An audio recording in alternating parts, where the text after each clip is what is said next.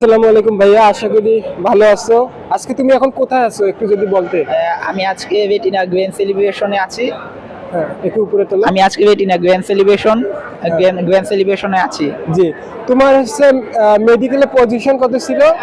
আমার মেডিকেলের পজিশন ছিল 792 সেকেন্ড টাইম হিসেবে। সেকেন্ড টাইম হিসেবে। হ্যাঁ, তো মুগদা মেডিকেল কলেজে চান্স পেয়েছি। মুগদা মেডিকেল কলেজে আসছে। হ্যাঁ। ভাইয়া, তোমার হচ্ছে রেটিনার প্রিপারেশন সম্পর্কে সামগ্রিক অনুভূতিটা কিরকম? তাদের আন্তরিকতাটা কিরকম ছিল প্রিপারেশন সময়ে? না, খুবই ভালো ছিল রেটিনা। আমি প্রথম দিকে গত বছর যখন ফার্স্ট টাইম ছিলাম তখন জি। আমি এক্সাম বেঁচে ছিলাম রেটিনা। পরবর্তীতে আমি রেটিনার সেকেন্ড টাইম বেঁচে ভর্তি হয়েছিলাম এবং আমি হচ্ছে প্রথম থেকে সেকেন্ড টাইম বেঁচে প্রথম থেকে শেষ পর্যন্ত আমি ছিলাম। শেষ পর্যন্ত। আর আমি প্রথমবার সোহরাওয়ার্দী মেডিকেল কলেজে ডেন্টালে ভর্তি ও, ছিলাম। ডেন্টালি ছিল, তার মানে হ্যাঁ। তোমার 5 মার্ক কাটা হ্যাঁ, গেছে। আমার 5 5 মার্ক কাটা কাটা গেছে। যাওয়ার পরে মুগদা মেডিকেল কলেজে হ্যাঁ, আসছে। আমার 5 মার্ক কাটা যাওয়ার পরেও এরপর সেকেন্ড টাইম দিয়ে মুগদা মেডিকেল কলেজে 792তম পজিশনে চান্স পেয়েছি। তোমার মার্ক কত ছিল? আমার মার্ক ছিল 86.75 পেয়েছিলাম মূল ভর্তি পরীক্ষায় এবং 5 মার্ক কেটে 81.75 পেয়ে মুগদা মেডিকেল মুগদা কলেজে মেডিকেল পেয়েছি। কলেজে আছে। আচ্ছা, রেটিনার হচ্ছে কোশ্চেন প্যাটার্নটা তোমার কাছে কি রকম মনে হয়? যে মেডিকেল স্ট্যান্ডার্ড কঠিন নাকি সহজ? রেটিনা কোশ্চেন প্যাটার্ন আমার জন্য খুবই ভালো ছিল পরীক্ষার জন্য। এটা আমাকে পরীক্ষা খুবই সাহায্য করেছে। পরীক্ষা ভালো একটা রেজাল্ট করতে বা মাথা ঠান্ডা রেখে পরীক্ষা দেওয়ার জন্য খুবই ইফেক্টিভ ছিল।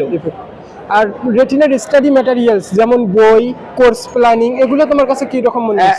রেটিনা বইগুলো খুবই অসাধারণ ছিল। আমাকে এগুলো বেশি বেশি করে প্র্যাকটিস করতে সাহায্য করেছিল। মূল বইয়ের পাশাপাশি প্র্যাকটিসের জন্য অনেকগুলো বই ছিল। এগুলো আমার জন্য খুবই মানে ইফেক্টিভ ছিল, খুবই ভালো ছিল। ভালোভাবে পড়াশোনাগুলো ভালোভাবে প্রিপারেশনটা গুছিয়ে নেওয়ার জন্য খুবই ভালো ছিল। প্রতিটা বই ভালো ছিল। রেটিনার আমিও যেহেতু রেটিনার স্টাডি ম্যাটেরিয়ালগুলো ফলো করছি, তো রেটিনার আমি একটা জিনিস দেখেছি, সেটা হচ্ছে রেটিনার হচ্ছে অন্যান্য কোচিং এর বইগুলোতে একটা অধ্যায়ের শেষে বিভিন্ন মনি ঋষিদের উক্তি থাকে, কিন্তু রেটিনায় দেখা যায় বিভিন্ন কোরআনের আয়াত এবং হাদিসের আয়াত থাকে। এটাকে তুমি কিভাবে দেখো? হ্যাঁ, আমি যখনই পরীক্ষা দিয়েছিলাম প্রতিটা পরীক্ষায় প্রশ্নের শেষে মানে কোরআনের আয়াত থাকতো, কোরআনের বাংলা থাকতো। আমি সবসময় যখন বাসায় এসে পরীক্ষা শেষ করে বাসায় আসতাম, যখন কোশ্চেনগুলো আমি মিলাতাম তখন আমি সবসময় নিচে যে কোরআনের আয়াতটা থাকতো আমি সবসময় এটা পড়তাম। এটা পড়লে এটা আমার ভালো লাগে এবং অনেক কিছু শেখা হয় কোরআনের আয়াত সম্পর্কে বা কোরআনের আল্লাহ তাআলা আমাকে কি বলছেন এটা সম্পর্কে অনেক জানা যায়। শান্তি পাওয়া যায়। হ্যাঁ, মানসিক প্রশান্ত, মানে তারা ইসলামের দিকে প্রসার হচ্ছে, এদিকে পড়াশোনাটাও হচ্ছে। তুমি তোমার জুনিয়রদের চান্স পাওয়ার ক্ষেত্রে সবচেয়ে গুরুত্বপূর্ণ একটা উপদেশ বা স্ট্র্যাটেজি যদি বলতা। জুনিয়রদের চান্স পাওয়ার ক্ষেত্রে আমি প্রথমে বলবো বেশি বেশি কোয়েশ্চেন সলভ করতে হবে। তারপর রেটিনার সাথে যুক্ত থাকতে হবে। তাদের কাছে যুক্ত থাকলে বড় ভাইয়া